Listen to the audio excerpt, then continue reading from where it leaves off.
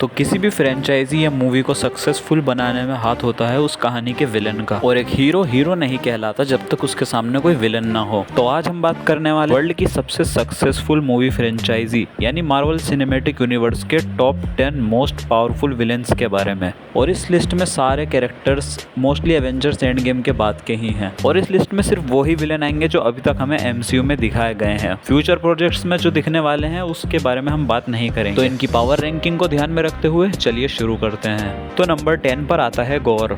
गोर mainly Thor का villain है, और मुझे ये बताने की जरूरत नहीं है कि थॉर कितना ज्यादा स्ट्रॉन्ग कैरेक्टर है। तो अगर थॉर की स्ट्रेंथ का अंदाजा लगाया जाए तो थॉर ने टेक्टोनिक प्लेट्स को मूव किया है, हल्क के हाथ को रोक रखा है, और गार्डियंस के शिप को पूरी तरीके से पुल आउट कर रहा था, जो कि काफी ज्यादा इंसेन है। तो थॉर के इतने ज्यादा स्ट्रॉन्ग होने के बावजूद भी गोर उसे स्ट्रेंथ में आराम से टक्कर दे रहा था। जहाँ कॉमिक्स में तो इस कैरेक्टर ने थॉर की लंका लगा दी थी, पर मूवी में हमें इसे काफी टेक डाउन करता हुआ दिखाया गया है। तो अगर इसकी पावर लेवल इसको सही से दिखाते तो ये लिस्ट में काफी ऊपर आता।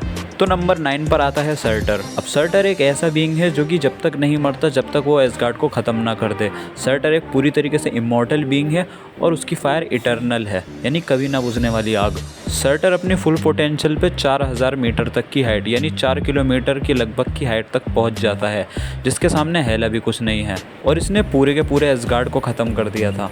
तो अगर इसे आगे चल के मूवी में लाते हैं तो इसे काफ़ी ज़्यादा पावरफुल दिखाएंगे। तो नंबर 8 पर आती है स्कारलेट विच। डार्कहोल्ड को पढ़ लेने के बाद स्कारलेट विच की पावर्स इतनी ज़्यादा बढ़ गई थी कि वो डॉक्टर स्ट्रेंज को यूनिवर्स से यूनिवर्स भगा के मार रही थी, और उसने पूरी इल्यूमिनाटी की टीम को 10 मिनट के अंदर ख़त्म कर दिया था, जिसके अंदर Reed Richards, Charles Xavier, captain Marvel, black bolt और कैप्टन कार्टर जैसे मेंबर्स थे। स्कारलेट विच की पावर है रियलिटी मैनिपुलेशन, और वो माइंड कंट्रोल भी कर सकती है, और उसकी पावर सीधी कनेक्टेड है मेफिस्टो से, जो कि एक कॉस्मिक लेवल बीइंग है। तो नंबर 7 पर आता है थैनोस। तो अब आप में से काफी लोग सोच रहे होंगे कि थैनोस को नंबर 7 पर क्यों रखा, भाई वो तो बहुत ही ज्यादा पावरफुल कैरेक्टर है। पर ट्रस्ट मी, इस लिस्ट में ऐसे कैरेक्टर्स आने वाले हैं जिनके सामने थैनोस भी कुछ नहीं है, वो भी स्टोन समीत वाला थैनोस। थैनोस काफी स्किलफुल फाइटर था, और उसकी मेनली एबिलिटी थी फाइटिंग और strength. Avengers infinity war movie के अंदर थैनोस ने लगभग हर एवेंजर को हरा रखा। साथ ही उसके पास इन्फिनिटी स्टोन्स की पावर भी थी, जो कि है time control, reality manipulation, power control, mind control और सोल और टेलीपोर्टेशन भी। तो इतनी पावर्स के साथ इटर्निटी के बाद अगर कोई बीइंग इस यूनिवर्स में पावरफुल था तो वो थैनोस ही था। थैनोस की पावर्स की इन्फिनिटी स्टोन्स के साथ कोई लिमिट नहीं है, पर उसे भी मैच करने वाले भी कई सारे कैरेक्टर्स हमें बाद में चल के फ्यूचर में देखने को मिले। तो क्या तुम थैनोस को MCU में रिटर्न देखना चाहोगे? कमेंट करके जरूर बताना। नंबर 6 पर आता है डार्कहोल्ड डॉक्टर स्ट्रेंज। इसकी पावर्स दिन प्रतिदिन इतनी बढ़ती जा रही थी कि ये ईविल बन रहा था, तो इसने अपनी टीम से ही अपने आप को मरवा डाला था। नंबर 5 पर है सेलेस्टियल्स। तो सेलेस्टियल्स में जो एरिशम है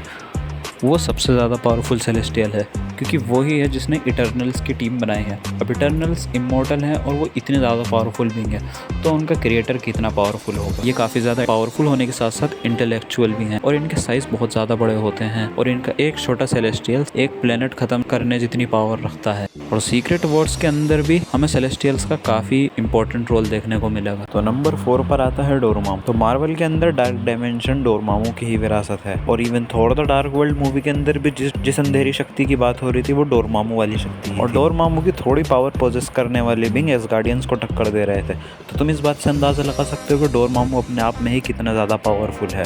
डोरमामू का कोई वेरिएंट नहीं है, वो एक मल्टीवर्सल लेवल बीइंग है, और वो सेक्रेट टाइमलाइन में भी एग्जिस्ट नहीं करता है अलाइथ की तरह। तो नंबर 3 पर आता है इन्फिनिटी अल्ट्रॉन।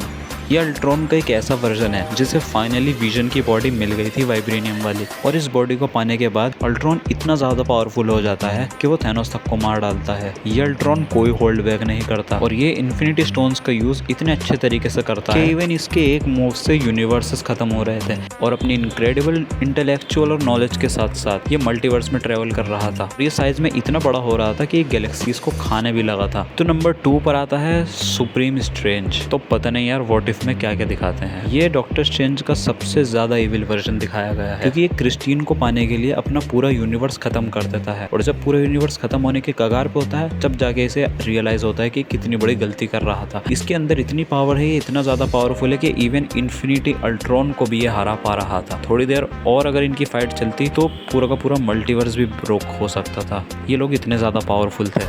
इस वाले डॉक्टर स्ट्रेंज ने डार्क होल्ड के साथ साथ 400 साल तक लगातार अपनी पावर पावर को इंक्रीज किया था और ये प्यार में इतना ज्यादा अंधा हो गया था कि ये मल्टीवर्स के हर एंकर बीइंग को पकड़ के ला रहा था क्रिस्टीन को वापस लाने के लिए। इवन अभी तक इस लिस्ट में मैंने जितने भी कैरेक्टर्स बताए हैं उन सबको तो इसने कैद कर रखा था और अपनी कैप्टन कार्टर का सबसे ज्यादा पावरफुल वर्जन इससे लड़ने में बहुत ही स्ट्रगल कर रहा था। तुम इसकी पावर लेवल का अंदाजा लगा ही सकते हो, ये नियरली इनफाइनाइट है। तो नंबर 1 पर आता है ही हू रिमेन्स। तुम लोगों को ये स्टेटमेंट काफी ज्यादा कंट्रोवर्शियल लग सकता है कि भाई ही हू रिमेन्स से ज्यादा पावरफुल तो डॉक्टर डूम है। तो मैंने वीडियो के शुरू में ही बताया था कि इस लिस्ट में वही सारे कैरेक्टर्स होंगे जो अभी तक हमें एमसीयू में दिखाए गए हैं, वरना ये लिस्ट पूरी चेंज होती। और इस टाइम पे लोकी के अलावा अगर कोई सबसे ज्यादा पावरफुल बीइंग है तो वो ही हू रिमेन्स ही है। कैंग के जितने भी वेरिएंट हैं उन सबको इसने हरा रखा है। इसने पूरी की पूरी कैंग काउंसिल को हरा रखा है। टीवीए का फाउंडर भी यही है और इवन मल्टीवर्सल वॉर्स को भी इसी ने रोका था। और अगर तुम्हें ये छोटी मोटी बात लग रही है तो मैं तुम्हें बताना चाहूंगा अभी के करंट टाइम पे अगर सारे